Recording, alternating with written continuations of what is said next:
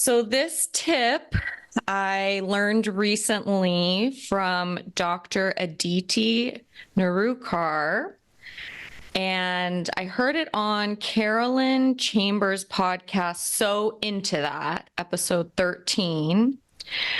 And I'll tell you a little bit about Dr. Nerurkar later, but the tip is called Stop, Breathe, Be. I like it. SBB. SBB. And it's pretty much that. Throughout the day, even when you're not anxious, you stop, take a big deep breath, and you be. So whatever that means to you, whether it's grounding and feeling your feet on the floor, or just looking around your environment away from your screen if you're at work. So let's do it together. Ready? Stop. Big belly breath. Breathe. Be.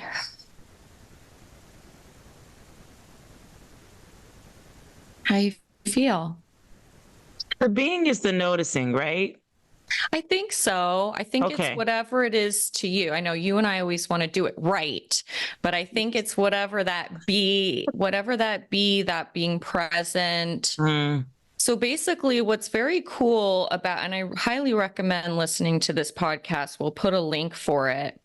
But Dr. Nerurkar wrote a book called The 5 Resets, Rewire Your Brain and Body for Less Stress and More Resilience. She has a science background. So in the podcast with Carolyn Chambers, she talks about some concrete tips that can help you move your body from a stress state, which is that sympathetic fight and flight nervous system, to the parasympathetic nervous system, which is the rest and digest.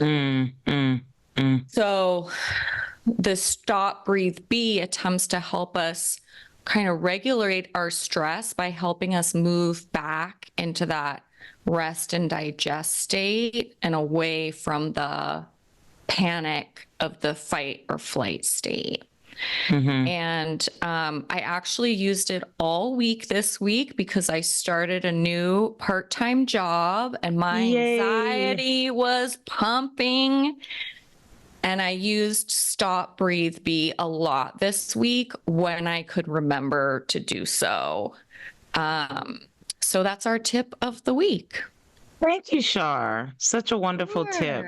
I do feel a little better after I just let out that. I think for me was the breath, because I tend to hold, whatever tension I'm feeling, I just go through it. And I just, got to keep going. No time to think, to breathe. But even in like physical exercise, my trainer is always like, don't forget to breathe, because you forget to breathe. You just want to get whatever you're doing done and not really think about the fact that your body actually needs a breath. So yeah, and it's, thank you. You're welcome. And what I like about it too is that breath, like when we get anxious, and they talk about this in Carolyn Chambers' podcast, episode 13. When we get anxious, we can start taking these like chest breaths, almost like hyperventilating up here.